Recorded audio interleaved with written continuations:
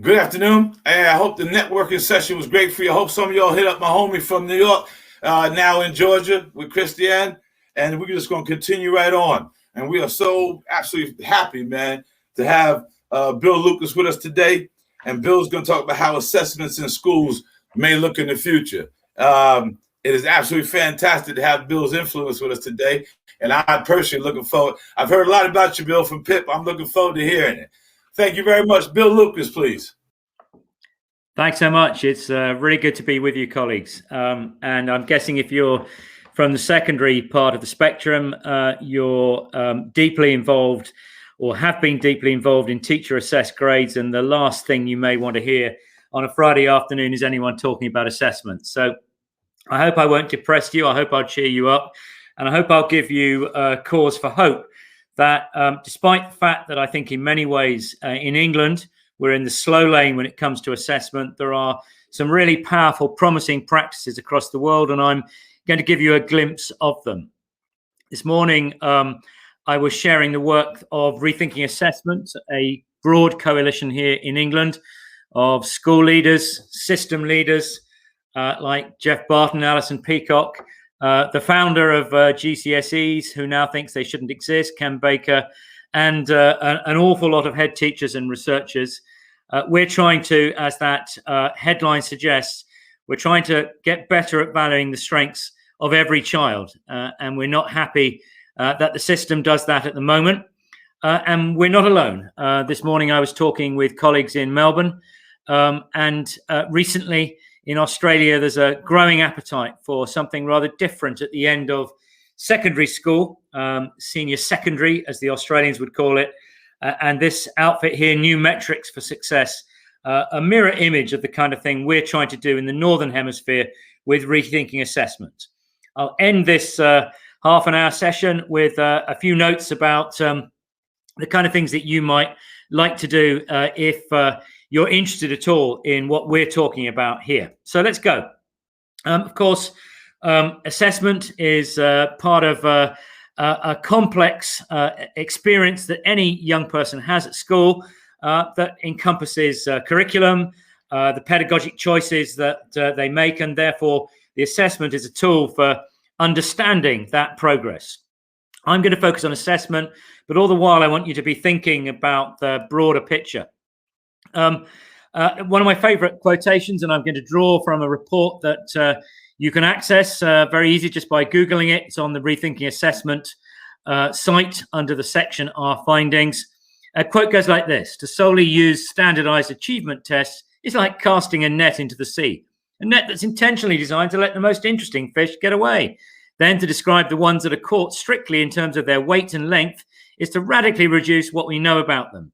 To further conclude that all the contents of the sea consist of fish like those in the net compounds the error further. We need more kinds of fish. We need to know more about those we catch. We need new nets. Now, most of us across the world are becoming increasingly aware that as well as knowledge, clearly very, very important, there are other things that we want young people to emerge from school with. And whether you're adopting the World Economic Forum model of critical thinking, creativity, communication, collaboration, and a number of character traits, or you're taking the Center for Curriculum Redesign or any of the others, the OECD, the UNESCO frame, all of them are saying, of course, we want knowledge, but we need skillful, characterful young men and women as well. As I say, I've been on a call this morning with Australia. And in Australia, the national curriculum, although it's a statewide delivery mechanism, has these cross-cutting things like critical and creative thinking, personal and social capability woven into the fabric of the vertical line, what we might think of as the subject disciplines, what they call the 8 learning areas. And we have, colleagues, a challenge at the moment. If we're trying to cultivate young men and women who can think well, who are able to do a whole number of different things, who are becoming really decent, good people, then our assessment tools need to be a little sharper than the ones we have at the moment. Too often we're looking at factual recall rather than the ability to really use and apply in novel contexts the information and knowledge that we've learned. Our methods are, to be honest, pretty blunt. Having people turn up on one particular day, regardless of their birthday and how young or old they are for that cohort, regardless of whether 1 hour or 2 hours with a pencil and paper is a good way of assessing young people, is a blunt instrument. Interestingly, as the select committee in September last year, in reviewing the summer's GCSE and A-level results, remarked, there's considerable doubts about much of the validity, especially in the arts and humanities areas of the assessments that we deliver. And read Daniel Koretz's coruscating polemic, really, about how high stakes testing can be pretty damaging. Now, that's enough of the negative. I'm an optimist. I think that there are fantastic things that we can learn from across the world, and here I am going to share them with you. And my hope is that whilst you won't agree with them all, I'm sure, because you're consenting adults, you'll find something in this array of promising practices that you go, yes, I really like that, or I could adapt that, or I think that would be a really good formative assessment for learning tool that we could use in my school. So here goes. This is a collaboration between the Centre for Strategic Education and Rethinking Assessment. It was published in Melbourne a few months ago. I'm going to take you on a tour of some psychometric tests. I do my best to rehabilitate the smarter end of multiple choice. Remind us that really thinking carefully about the kind of performance we want young people to go through, rather than the performance of writing about things that you allegedly know or potentially can do.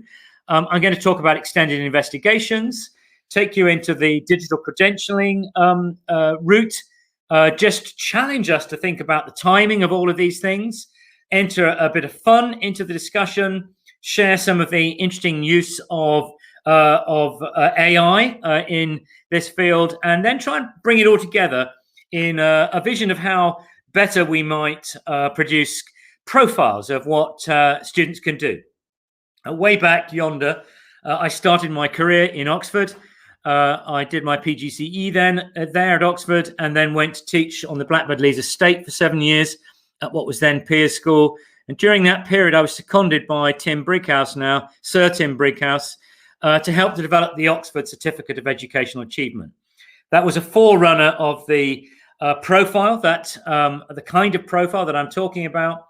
And those of you with longer memories will remember our own red book, the National Record of Achievement, which was an idea before its time, I think, and didn't really ever land because it didn't have the full support of either teachers or employers, or most critically, didn't have the mechanisms by which it could be realized. And I think technology today does give us those mechanisms. So here we go. Whole hard, we're going to go at a fair old lick as we traverse the world and look at some of the interesting things going on. So interesting idea number one, take some of the psychometric tests out there and use them or adapt them for your own purpose as good dialogue tools between you and the students. It might be they're using them in better conversations, or as a self-report, self-quiz activity, or as a means of structuring a conversation between you, the teacher, and the student. You'd be familiar, I'm guessing, with Angela Duckworth and Carol Dweck, both of whom have really nice inventories and assessment tools out there. You may well be aware of some of the character work that VIA has done. That's the image in the bottom right hand of your screen. You may not have come across the Harvard Human Flourishing app. If you Google it, or if you've got the reports, and I'll make sure we put a link, unless somebody else has got there before I have by the time I finish talking, into the chat, so that you can have a look and then download the app. And another parallel initiative here looking at social and emotional learning. And then at the very bottom there, quite topical with the recent Education Endowment Foundation work, metacognition awareness inventory. So these are tools that could sharpen up and make more precise a conversation between a student and a teacher about their progress, broadly speaking, in the area of their ability to learn well for themselves. This next batch of examples here are deliberately just to make clear that the simple multiple choice test, where you're asked a question and given 3 or 4 options and have to choose just one, is rapidly becoming a thing of the past.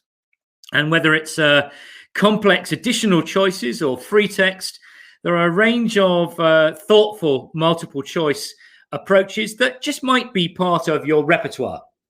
I'm not saying at any one stage this afternoon that teachers need to do all of these, or indeed any of these. I'm suggesting that there is an opportunity for teachers to build their own assessment literacy and extend their range or repertoire of possible evidencing approaches, better to show the kind of things that young people can do. You'll see the very interesting Ravens progressive matrices test, the images there. And if you've not seen it, then Google or click the link to the mission skills assessment approach. This is more than a set of questions. It's a whole toolkit, really, if you're looking at developing young people's lifelong learning skills. In another part of the educational world, it's been my privilege and indeed challenge to co-chair the new PISA test of creative thinking. Every 3 years, as well as the literacy, numeracy, and science test, the PISA organizations developed something novel. And in 2021, although now it'll be 2022, that'll focus on creativity and creative thinking. Those of you who may know my work know that that's something of real interest to me. And the frame that we've developed, you can again Google if you want to have a look at it, locates creativity in both a scientific domain and in the social domain, that's to say common sense, and invites young people to express their creativity in both writing and visually. Earlier on, 6 years earlier, there was a really interesting first attempt to assess collaboration in classrooms, and a very nice framework, which again you can get your hands on if you like the sound of it by just Googling PISA Collaborative Problem Solving 2015. Now, I think one of the interesting and underused areas of assessment is the extended investigation. We have an option at secondary level to use the extended project qualification. Most of you, or many of you, if you teach at secondary level, will be familiar with this, half the value of an A level. You may not know the extended project qualification's smart sister, the HPQ. This is a qualification available at Key Stage 3. These qualifications are available both from an individual perspective and also as a group endeavor. And it's something that universities are increasingly interested in as an indicator that a young person has developed an all-round capability to learn in a number of different contexts. Just giving you a couple of other examples there, 3 other examples of this kind of extended investigation. Interestingly, the International Baccalaureate, and I'll come back on that towards the end, a really interesting approach, ends up with a very interesting project being assessed through a rather predictable extended essay. The great thing about the EPQ is that the response might be an artifact. It might be an event. It might be a piece of digital media, as you can see from that clip I've got on the slide here. Bottom right, high school capstone project idea, an idea from engineering, which it features in many higher education institutions. Engineers and doctors have long been assessed through problem and project-based learning. When done well, it works really well. When done less well, less well. But there's a real place for the extended investigation. Some of you may already be experimenting with micro-credentials, or as they're sometimes known, digital badges. Digital badges are just, think the scouts or the guides. They're just ways of producing a snapshot or a tiny element, a micro element of a bigger curriculum. The example on the screen here from Digital Promise is an example from the States. And this is actually a series of micro-credentials used with teachers who are developing their professional learning. And interestingly, I think teachers who think critically and solve complex problems are a really good idea, just as, of course, those same teachers might think that their students thinking critically and solving complex problems, that's a good idea too. This movement is flourishing, it's growing. It's a bit like the Wild West at the moment because it's a new technology, and everybody, a bit like in the early days of the railway, has their own gauge, and some are more reliable than others. And, you know, as with all novelty in education, we've got to be thoughtful and careful and remember that we need to think critically about anything that we're being presented with. Now, it has often struck me as quite bizarre that whereas when I'm thinking about taking my driving test, I have a discussion with my instructor who says, yes, Bill, I think you might be ready for it. And then I book a test. And before I do that test, I do some theory work. And then I have a practical and I'm given an opportunity to pass or fail. That's not how we do things in schools. There's a really good model in the musical education world. The grade exams that many musicians take, whether they're classical rock or a whole range of, in fact, jazz as well, are leveled. And these are interesting too, aren't they? Because they're both pieces you've practiced, unseen pieces that you have to think on your feet, and a test too of your ability to hear and read beneath the sounds, and also some of the more repetitive aspects of music making, like scales and arpeggio. In universities in the last 12, 18 months, like in schools, we've had to rethink the way exams take place. And not just open book. By the way, open book is not new. On the call this morning, one of the members of the conversation was a Brit who'd taken an English exam at York 40 years ago and was given his essay on a Monday morning. It was an open book test. It was an essay test on Shakespeare, and he had to hand it in on the Friday afternoon. What has happened, really interestingly, is the necessary thinking through of what that means if we're going to go the whole hog and go online. A number of the Scandinavian countries have been exploring that this year, and it presents some challenges, and there are equity issues which we need to be really careful about when we're dealing with kids at school. A really interesting development is the way in which assessment is increasingly not just of learning or even for learning, as in assessment for learning and formative assessment, but as learning. Here is an example from Key Stage 2 in America. The Georgia Department of Education collaborating with a tech company to develop a game that's going to help young people sequence story. Here's an example of from Australia in the state of Victoria of a critical and creative thinking assessment for 15-year-olds. These are scenario-based situations which young people explore, and they feel more like a game.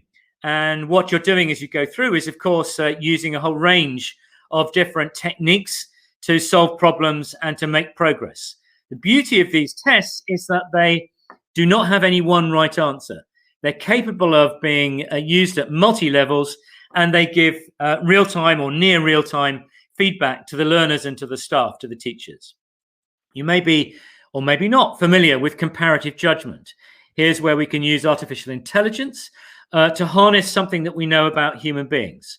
And the thing that we know about human beings is that it's easier to say whether a piece of work is better than one other piece of work rather than put it in a rank order.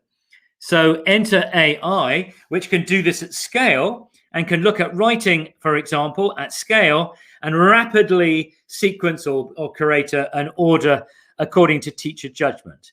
At Rethinking Assessment, we're currently exploring the opportunity of using this with oracy. So using this as a means of judging spoken word interviews as well as in the written domain. Now, I'm going to start to bring this together a little bit because I want to leave a little time for some conversation. And I want to imagine now that at 18 or 19, you're going to be bringing all of this together and what that might look like. And I think there's no doubt that across the world, increasingly, this is the kind of way in which assessment is going. The International Baccalaureate does this, or at least does this in that it names some things that it thinks it wants all learners to acquire. But it's more a sort of statement of intent. It's more a manifesto than it is an actual tool. Here's an example from the Experian group of schools looking at how you might visualize, and this could be a formative tool right through school, the various different aspects of a young person's talent, and you might click then into those different boxes and you'd find out more. Another example here from Australia, where Australia has both, or is looking here both as general capabilities, what we might think of as character or dispositions, and then the disciplines. Those were the things on the left-hand side of the cube earlier on that I showed you, and then know-how, knowledge, and how that might be digitally and visually expressed. Here's a really interesting group we're working with in the States. This is the Mastery Transcript Consortium, a group of schools working with a group of universities, trying to enumerate and describe a much broader sense of what it is that students can do. Interestingly, your eye may have been drawn, as mine was, to the number 19 at the center. And that's a challenge. And that, like in many countries, when you reduce examination results to a number, that can be challenging. And interestingly, there in the next iteration, this coming academic year, that won't be there. It still will be possible to find out what that is, but it won't be quite in your face. The closest thing, I think, to the kind of thing we might be moving towards is this from International Big Picture Learning. Again, in Australia, it's warranted by a university. So if you think about the birth of examination boards, the Oxford and Cambridge exam board, you will remember, or if it was more vocational, City and Guilds. And then, of course, now it's a very broad picture that we have. So here you've got a whole range of other things that might be going into this: student statements, live links to pieces of work or to films, and so forth. In my own work, and here's the book, Teaching Creative Thinking, I was mentioning or implying just now.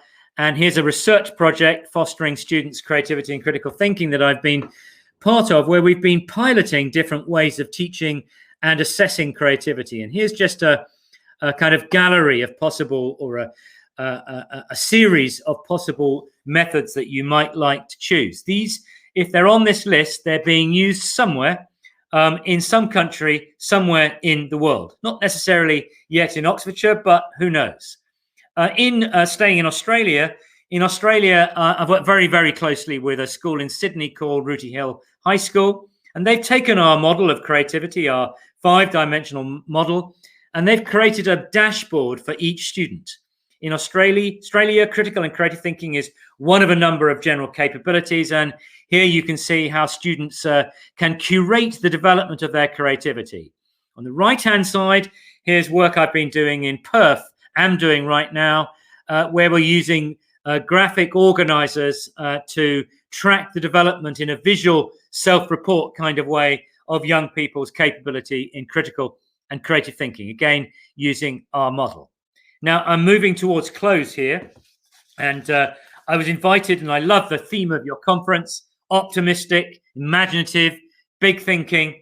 I love that. And here are the 10 trends I see when we're looking at assessment, that we're moving away from the shallowness to depth, from individual to collaboration, that we're moving from a system that's most interested in head work to one that's interested in head, hand, and heart. That whilst we will have some numbers and grades, we want a much more nuanced narrative. That whereas previously we might look to one single exam body, now we want a consortia that will include grade results, Duke of Edinburgh, some of the leadership and coaching awards that are out there, course completion certificates, and other evidence. That whereas I think most schools end up finding the summative element of assessment the thing that predominates, I think it's increasingly going to be formative because that's where we get improvement. That's where we get most gain. It's not that we don't need summative, we do, but that we need more formative and so on. I'm not going to read all this through, but I think the last two are particularly important.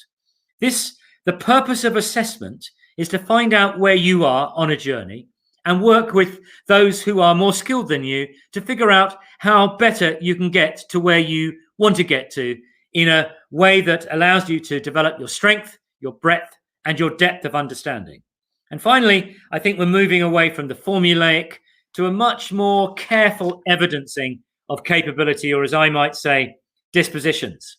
Now, if you like any of that, then I'll give you my email address at the end, then email me. There are already some Oxford schools that are coming to a session that we're running next Thursday evening, because next year, Rethinking Assessment is going to launch a series, a portfolio of experiments. Some will be looking at better recognizing academic strengths, and some at better recognizing skills and dispositions, and some will cross both of those. If any of those ideas seem of any interest to you, then drop me a note. I, for one, want to evidence the creativity, collaboration, and critical thinking of the students that I know. I want to see how we might use oracy more and rely less on the written word. I'm very interested in working with the Welsh Government at the moment on how we can get applied and interdisciplinary learning more stage centre, as it is in Scandinavia, as it is in Finland, for example. And I'm very interested in schools exploring the HPQ, as well as the EPQ, the Extended Project Qualification. It's been great talking to you. I've tried to leave a small amount of time. I think I've left 5 minutes now, and would really look forward to hearing from you, anybody who'd like to join us in a conversation. Thanks so much. Bill, absolutely fantastic, man. Hey, you bring to mind, makes me want to say, wow. Yeah, but loads going on, man, and you're busy. It's absolutely fantastic, man. Hey, I got the thing with the assessment thing, man. Again, from your standpoint, right, is there a way we can make assessment fair throughout school? Because sometimes you get into school and some people have a different idea of assessment than your lovely self has. Some people's assessment is if you do this, you get a 1. If you do this, you get a 5. If you do that, you get a 7. How do we link up so that whatever assessment we give is deemed fair? So I'm a product of the American Net you talked about. I had to take the SATs to get to university. I'm not bragging, Bill. Matter of fact, I ain't really want nobody to know. But I took that sucker 3 times, man. And I ended up having to go to prep school and passed on the 4th time. Yes? But it was a standardized test that I had to basically redo my whole self, man. You know, I grew up in New York and the Bronx. We did things differently than some of the other people, I guess, that they were testing would have done things. So I love the assessment idea. My issue with it is, how do we make it fair? Do you think it'd be able to be fair? Okay, so Jim, how do we make all people good? How do we make all teachers great? This is a meaning for life question, and therefore it's a great question. I think some of the answers are we need to give back to teachers the confidence of undertaking really sophisticated assessments over time. So not this, at the moment, we have absolutely the worst experience possible. If you're in secondary, you're managing I don't want to be rude because we're streaming, but it's not a great scene. And many of my friends who are head teachers are frankly have been stressed, as have those people who've been organizing the system. Some have gone down we'll test them every week, so we've got the evidence. Some have been braver and have done a mix and match. Either way, it's the duff end of the stick.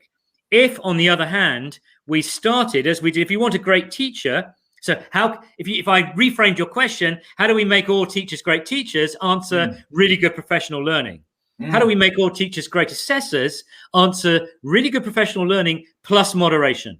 Because the way you learn best here is by sitting alongside someone else who's dealing with a similar kind of catchment, a similar kind of context, and they can say, well, I really like that in that one, or what did you see in this one? Now, those of us who are a little older will remember Mode 3 exams, which had coursework, for goodness sake.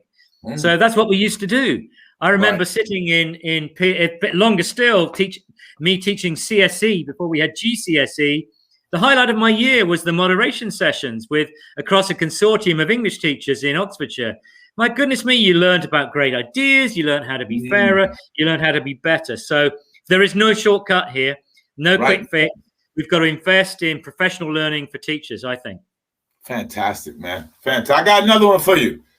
Currently, assessment is different thing in EY, Key Stage 2, secondary, and tertiary. One phase barely knows what the other phase does. Can you see that it may be possible that we have an assessment system that parents, children, and teachers understand that flows from one phase to the other? Well, let's dream on, because I think that's what we're doing this afternoon. We absolutely have to move in that direction. And it starts in the early years. If you look at what many sophisticated early years practitioners do, learning, assessment, feedback, they're all absolutely integrated. Then as you go through primary teachers and the school leaders are gathering a really rich picture of what young people can do. And then all too sadly, especially if the primary schools go to a number of secondaries, there isn't an effective handover. And as an ex-secondary school leader myself, I look back on that and I think we didn't do well. And I think there's something seriously important for secondary school leaders to do to better understand that connection between year 6 and year 7.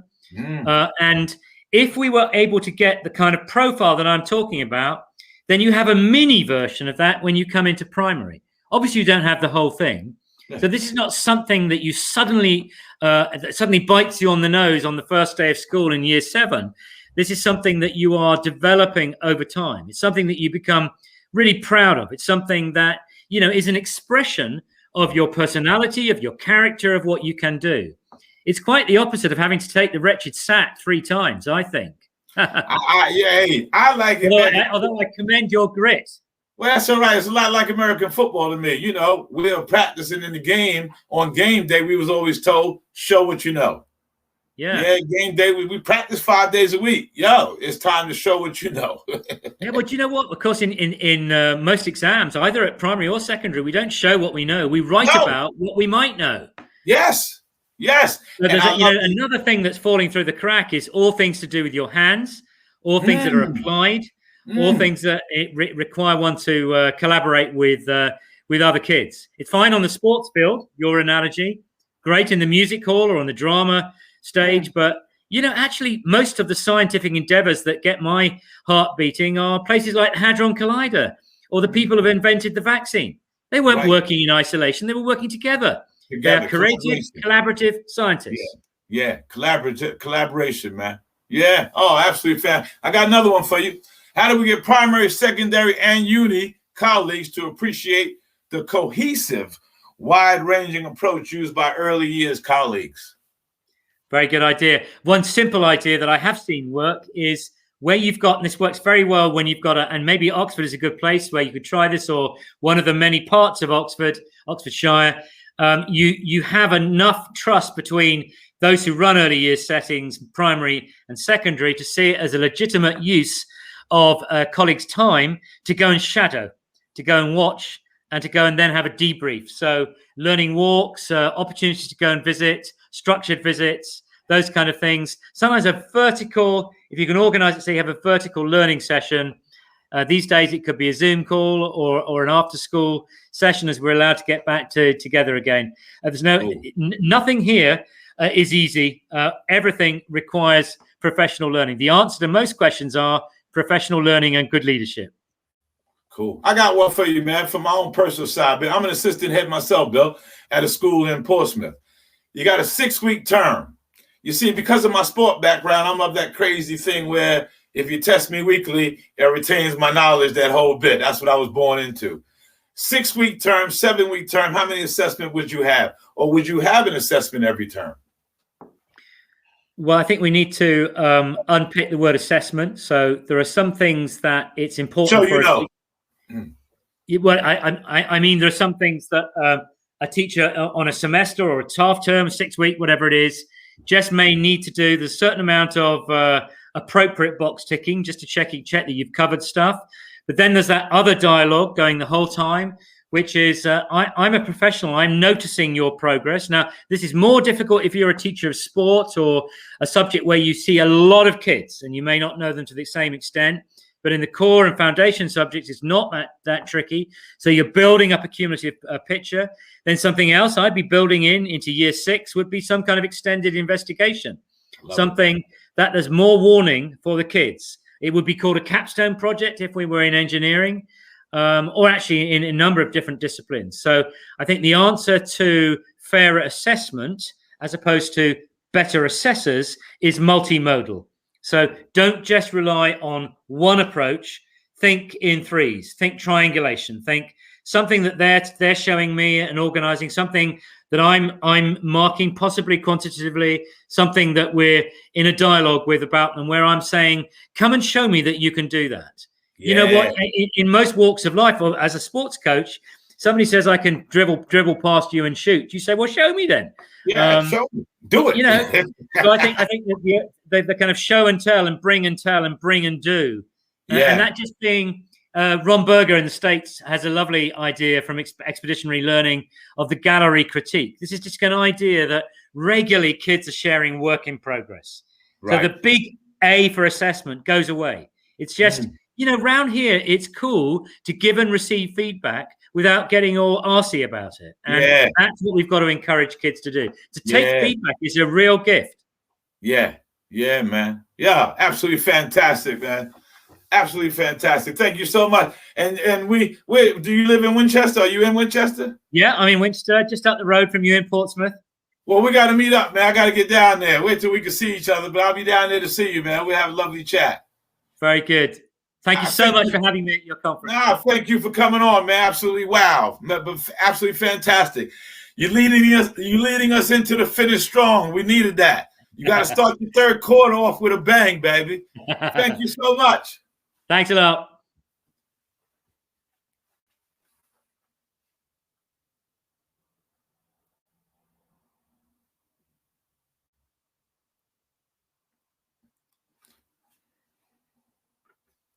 So I guess what we're going to do now, folks, I think there's been a little change up in the program, and I think that Richard Gerver has had some trouble getting online with his setup. So I think what we're going to do now is have a little switch up, and I think what we're going to do is show Richard Gerver's video and then come back after the video. And while that's going on, I think we've arranged for him to we'll send some questions to him, and he can answer some of your questions.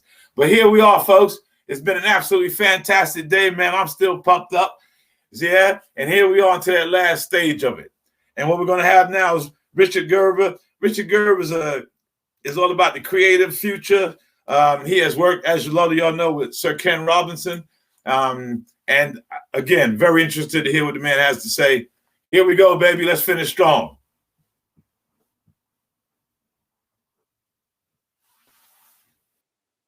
Hello. Thank you so much for inviting me to be with you this afternoon.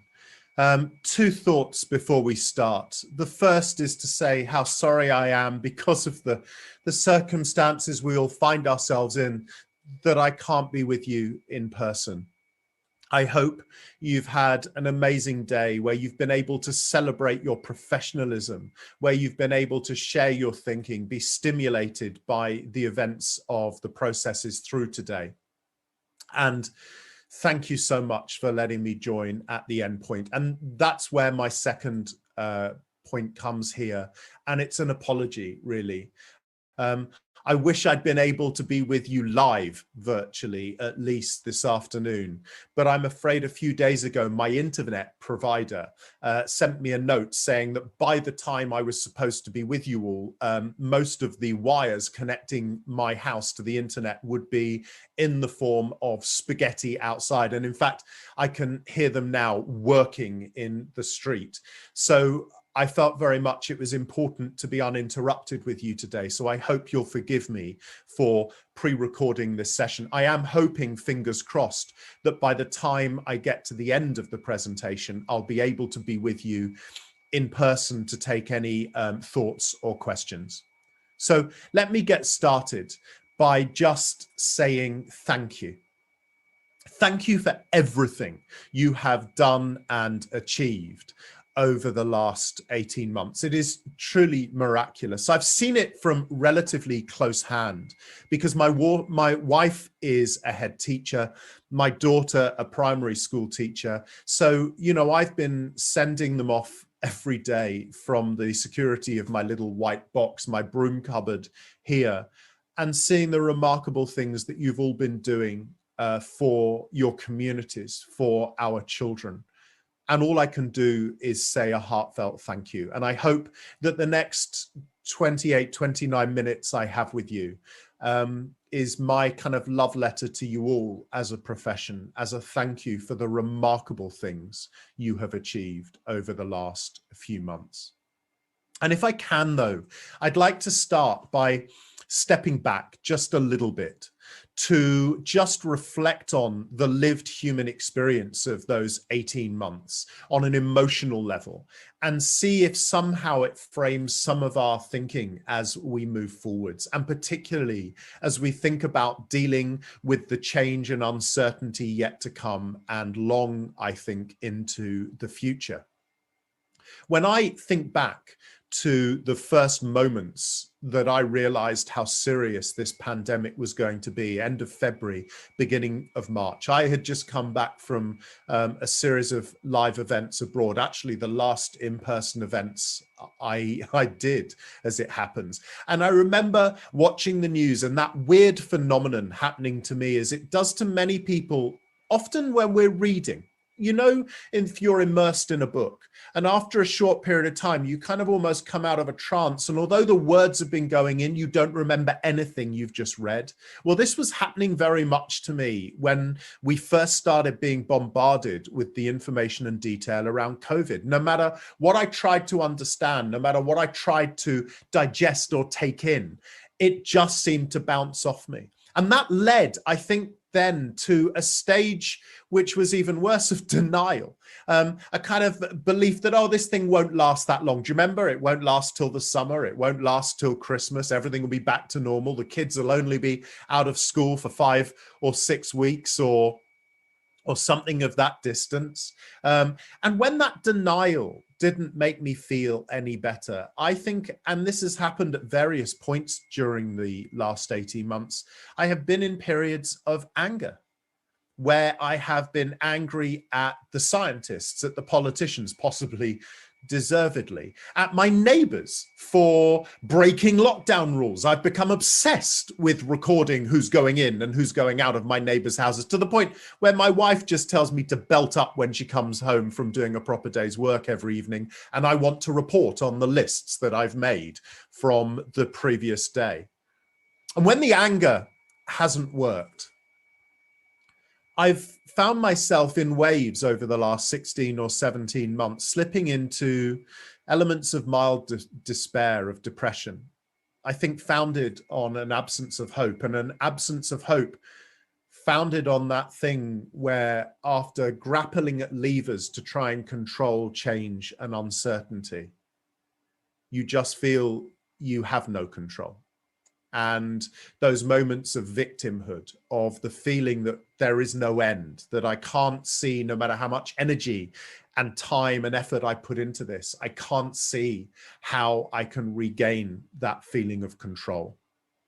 And whilst over the last 18 months, this has been so deeply profound for so many people, that feeling of a loss of control, that feeling of despair, the cycle of going through denial and anger, all of these things, they're not new.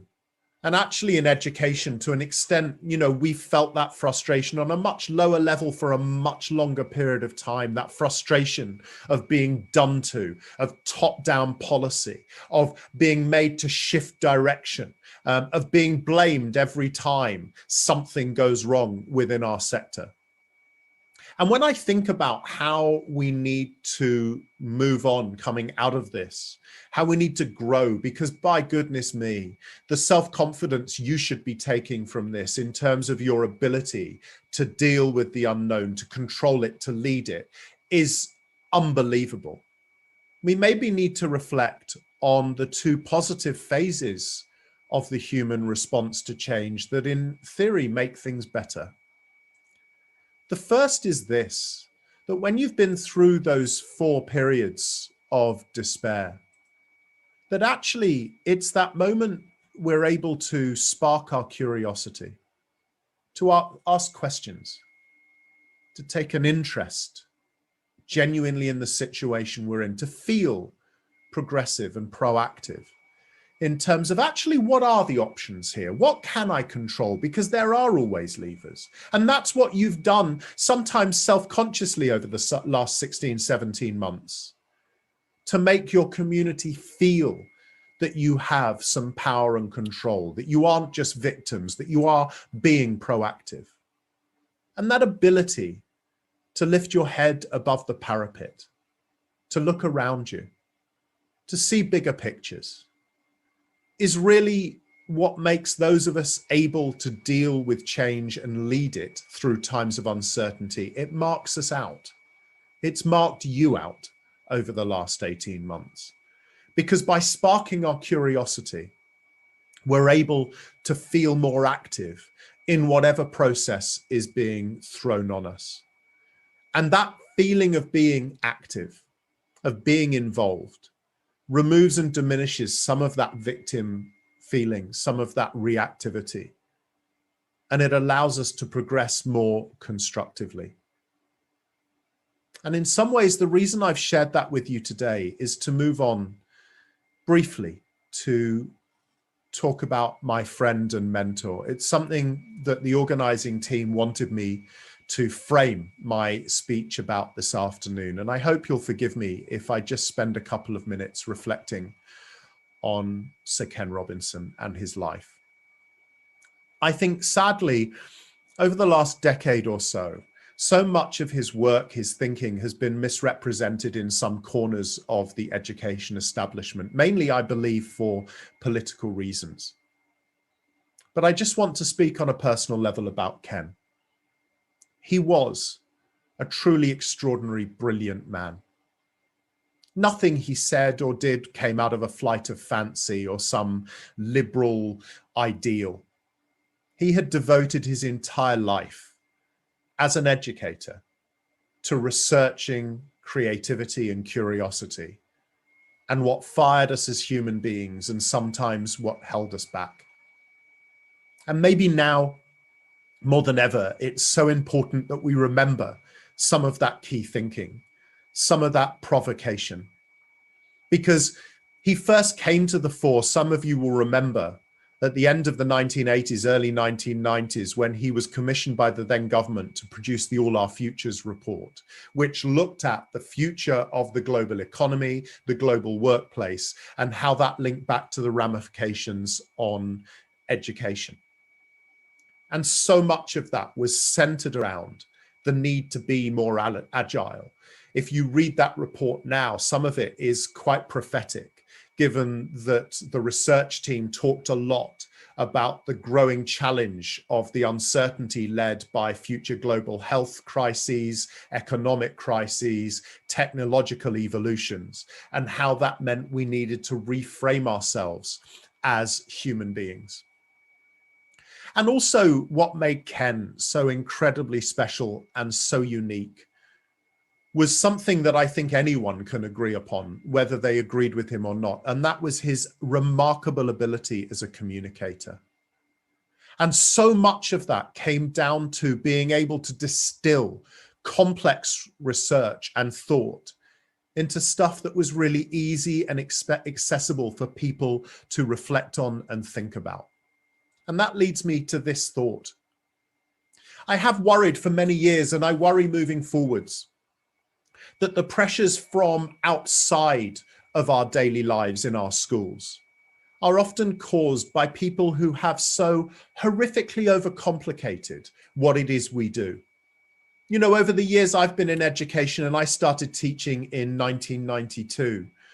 The number of times I've heard experts come along, or policy wonks, creating languages and systems and structures that actually, whilst they sound amazing, just made me feel totally inadequate. And what I think the lesson of the last 18 months needs to show us now more than ever is just how important it is that we wed ourselves to a rediscovery of the elegant simplicity. That doesn't mean easy, but the elegant simplicity of what foundationally education and teaching needs to be. I first really thought about it a few years ago when I was privileged enough to go and visit the world's first Starbucks in Seattle. And I decided one day to queue up at the world's first Starbucks just to say that I'd been there to have a coffee. And it turns out that everybody else in Seattle on that day had the same idea, because the queue went back for nearly a mile. But I remember it was like a party atmosphere. Everyone was there, everyone was excited. I was excited. But things changed when I got to the point at which I was able to take this picture. Because it was at this moment that I started to feel a real sense of fear. You see, you may have already discovered this. I am a really simple guy. And that's reflected in the way I drink my coffee. I drink my coffee black in a medium-sized cup. I don't even know what the fancy names are for the cup sizes, let alone the coffee. So when I walk into a coffee shop, I just say, can I have a cup of black coffee, please, in the medium cup? And that's what I was going to do here. But as I got to the point at which I took the picture, I could hear what was going on inside the shop. And what was happening inside the shop were clearly aficionados who weren't ordering coffee. It sounded to me like it was urban poetry. It was a form of rap almost.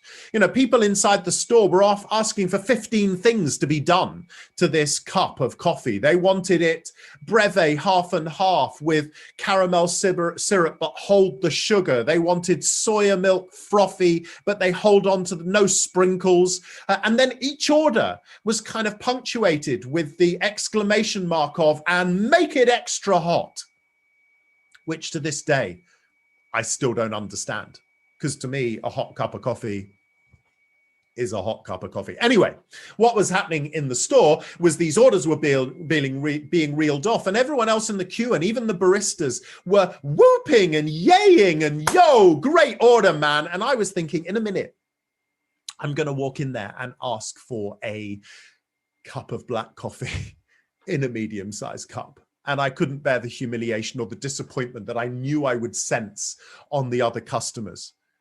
So I did the only thing that was open to me at the time. I ran away. But as I was running away, I really reflected on this idea of why is it that everything now, in order to be of value, has to be complicated?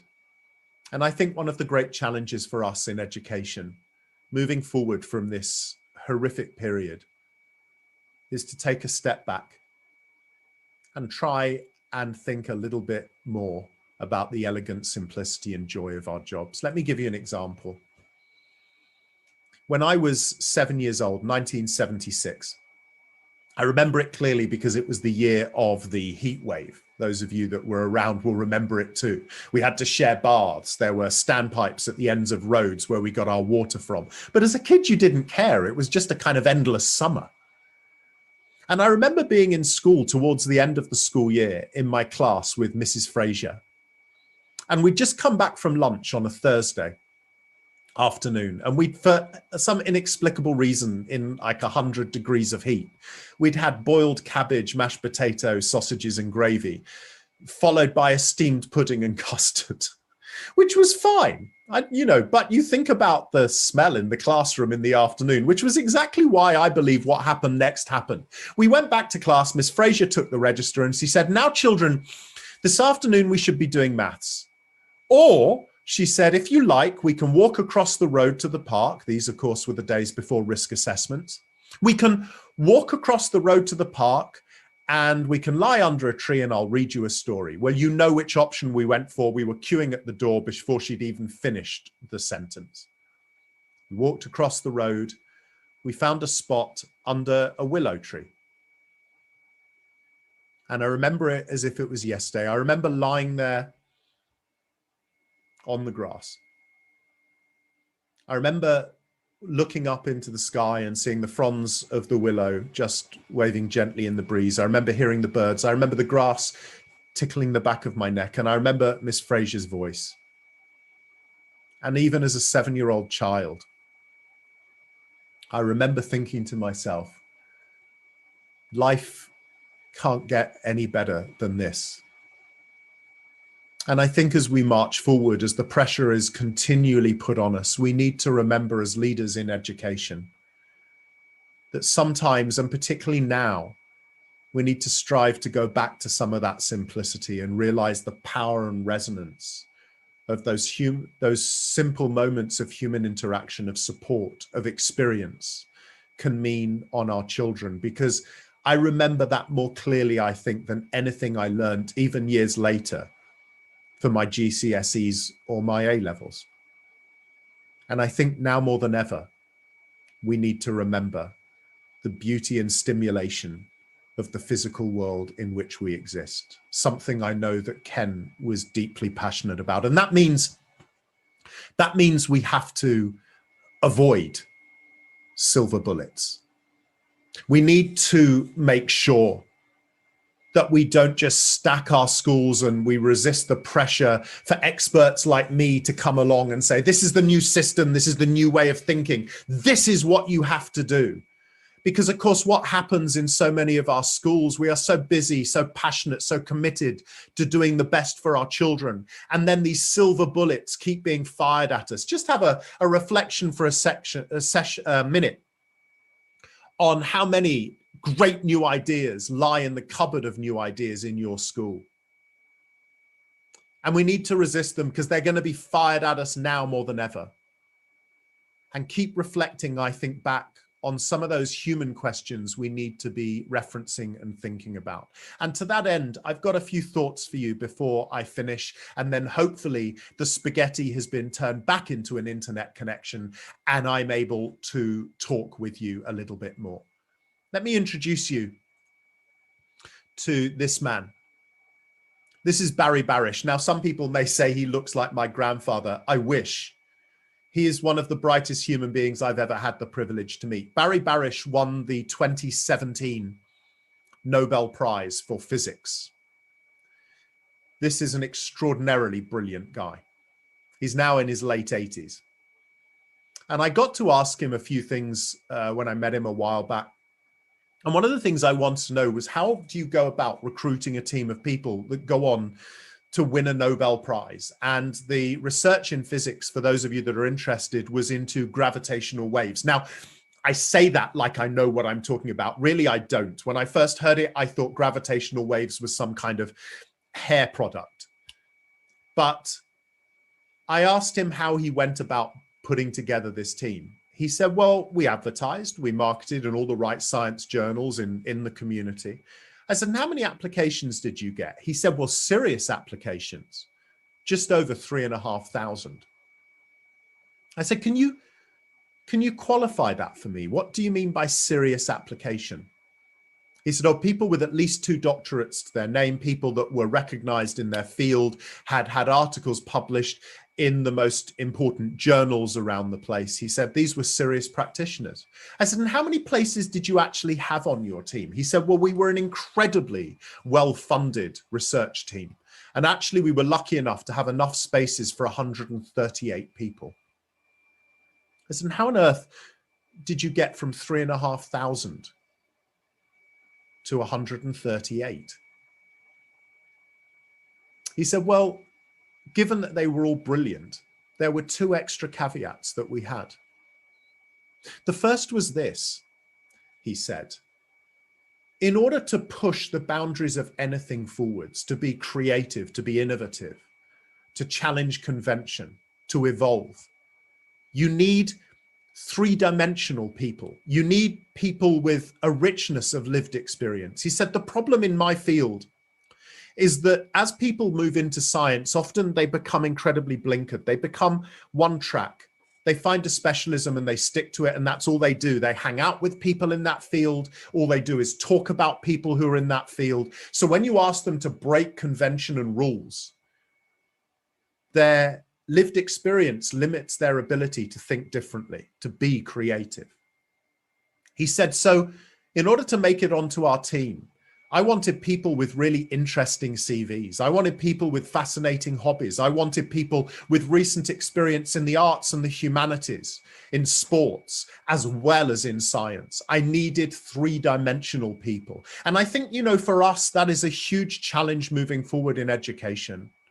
We need to find ways that despite the pressure on increasing efficiency, we are able to continue to develop truly three-dimensional people who aren't pushed into one single track. Because in order to cope with change better in the future, we need to be more curious, we need to be more creative. And in order to do those things well, we need to be stimulated across a whole range of experiences. And that brings me to the second point. The second point is one of my favorite things anyone has ever said to me, and it's this. He said, nobody made it onto our team if they didn't have the ability to ask stupid questions. Now, again, I'm just going to let that sit for you to think about what that means. Are there such things? What does prevent us from often saying the thing that we're really thinking about in a meeting or for our students in a classroom? And maybe here's a reflection on that. If you're ahead, think about this in terms of your colleagues, your team, your staff coming into a meeting.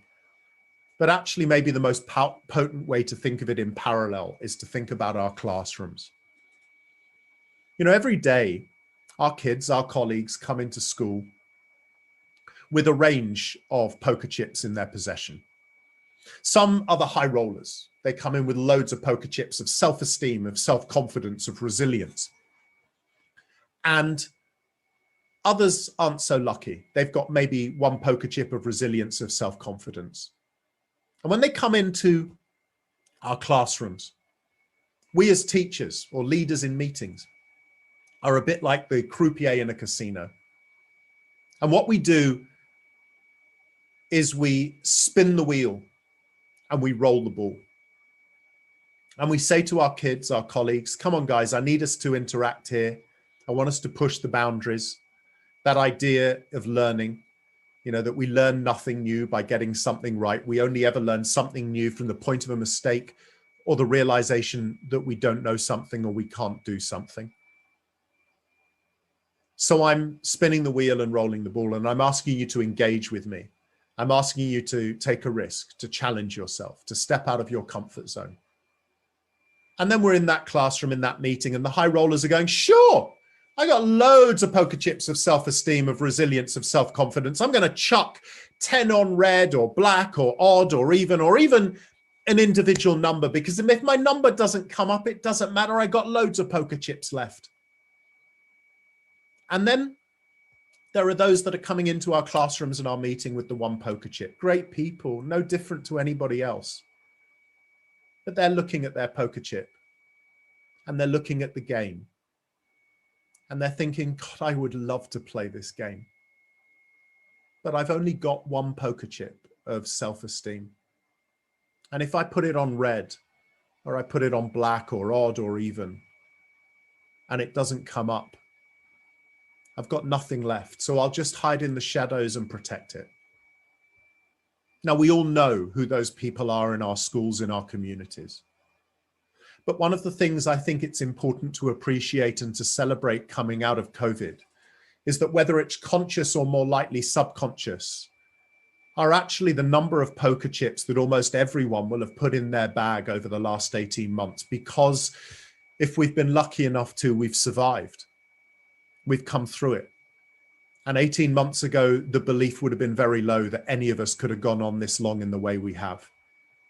And so moving forward, hopefully, we've all got a few more poker chips, which will allow us to ask more stupid questions, which will spark our curiosity and our interest, which will allow us to better thrive and even survive in those times of uncertainty and of change.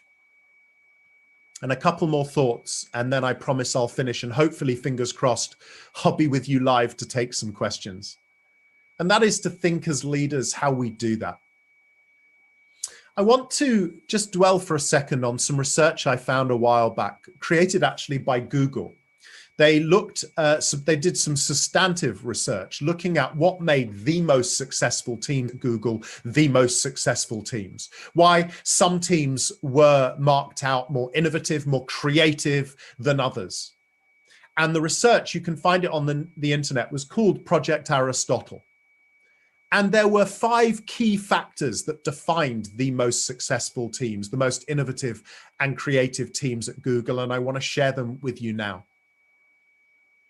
The findings were these. The most innovative and dynamic teams were teams that were steeped in a culture of psychological safety, non-judgment, where people were comfortable and relaxed enough to say what they thought, what they were thinking, what they were scared of, what they didn't understand without judgment. That there was a clarity and dependability. Everybody trusted that everybody else would do their job to the best of their ability. So everyone knew that everyone else was playing their component part. That there was real structure and clarity to what the team was doing and how they were doing it. And then for me, perhaps the 2 most important, everybody felt a real sense of meaning to what they did, no matter what role they played in the team, no matter what it was. They truly felt they had an active and important role to play, and everybody else appreciated it too. And finally, that everybody celebrated the impact they were having. You know, all too often in organizations, in schools particularly, we're so busy moving on, dealing with the next thing, challenging the next thing, that we don't take time to truly celebrate our achievements. And that was something incredibly prevalent in these teams at Google. So again, I just ask you to reflect on those things, because these are the qualities that you will have led through, not just over the last 16 months, but they will have come to the fore so powerfully.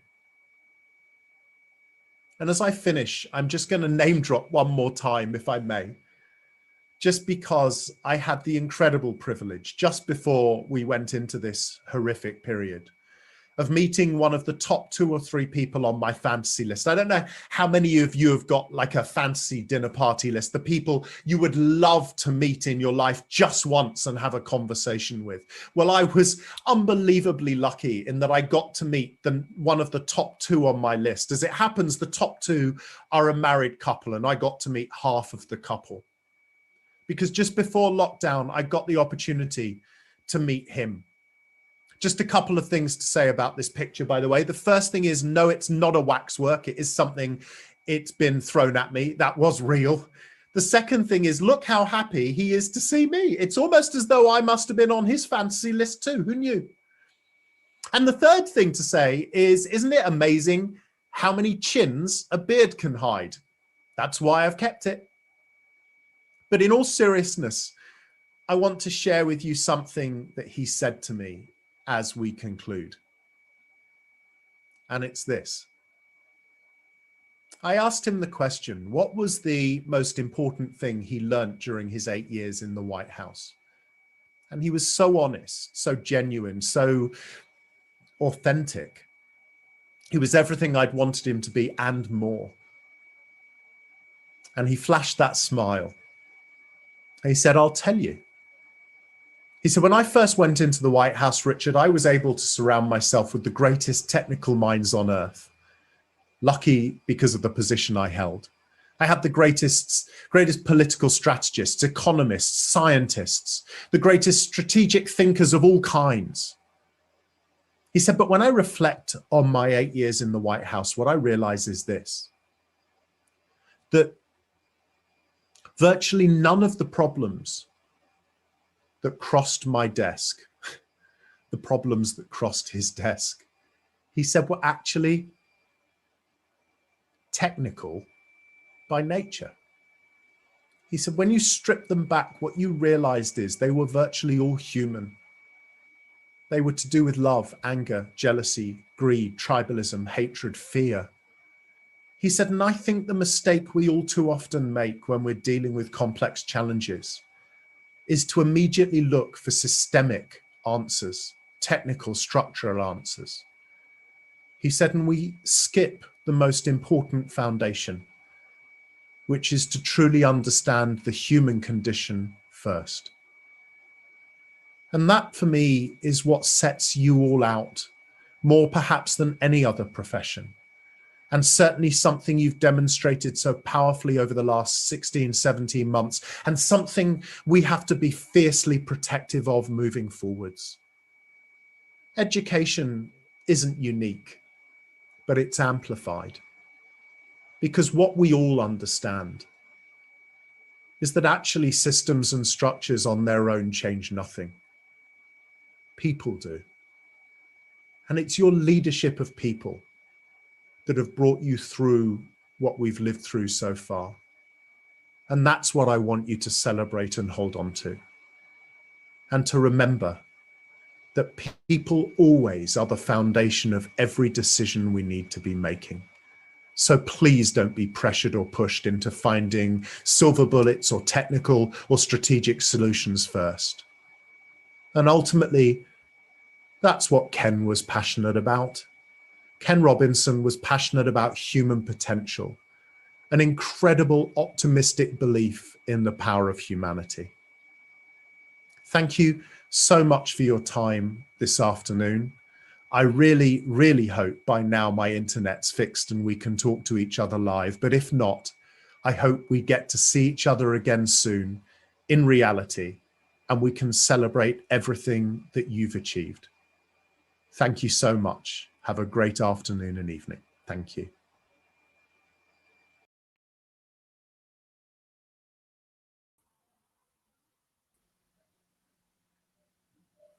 Yo, how you doing, Lynn?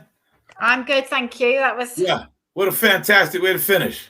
absolutely. Yeah, what a fantastic way to finish, man. Absolutely fantastic, man. And I guess just left, it's been an absolutely fantastic day, loads of information. You went to the workshops and the sessions. How were they? I think they've all been great today. I've sort of been left with so many different thoughts and coming away and jotting things down. And I hope that everyone else who's been with us has actually taken away just lots of questions as much as information to actually start to digest and think about the really deep things I think that have been addressed today. Yeah. So how about if I just say this in parting, thank you for sharing the stage with me today. Much appreciated. I know you were a veteran, so I was hanging in there with you today. And just a couple of things, folks. Just again, if you can go back to the expo, check out the videos before you go. We have another networking after this, if you like. To all the speakers, absolutely fantastic. Again, thank you so much for joining us today. Lynn, fantastic to share the stage with you. I'll let you close it off. Thank you very much. Likewise. So thank you, everyone, who've come today. I know it's been different. We've been online. It's not maybe been as quite as interactive as, as we would have been in the same room. But I still hope you've gone away with those same things about actually how important it is the job we do, and trying to remember that, we've just heard about those silver bullets, that actually we really think about what matters to our children in our school and our staff. And we start to see this as a transitioning, I think, into something where we've really got our head round about the things that really matter. So I hope you've enjoyed it today. Can I also say a very big thank you to Jim for being here to see us through the day and take the speakers and introduce them and just sort of keep the ball rolling. Also to Xander, who's actually been hiding behind the scenes with the technicalities of getting us in and out of the actual videos, and those of us who've speaking onto the stage and out of the stage. So big thank you to him, please. And also to Pip Marples and Peter Cancel, who actually worked so hard behind the scenes to actually bring this all together. And I know, it's been a challenge for them because this is something completely different and completely new. And we've had to sort of rethink from scratch about how we can make it the most successful day we can. And a final thank you to the rest of the team who sit on the committee with me. They also do a great job of just feeding in ideas and making sure that what we put out for you, we hope represents head teachers and educators in the county. And I look forward, hopefully, to seeing you in Stratford probably next year. where we can actually get together and really celebrate all that we've done and achieved in these past few years. So thank you, everybody. Have a lovely weekend, and I will see you all soon, I'm sure.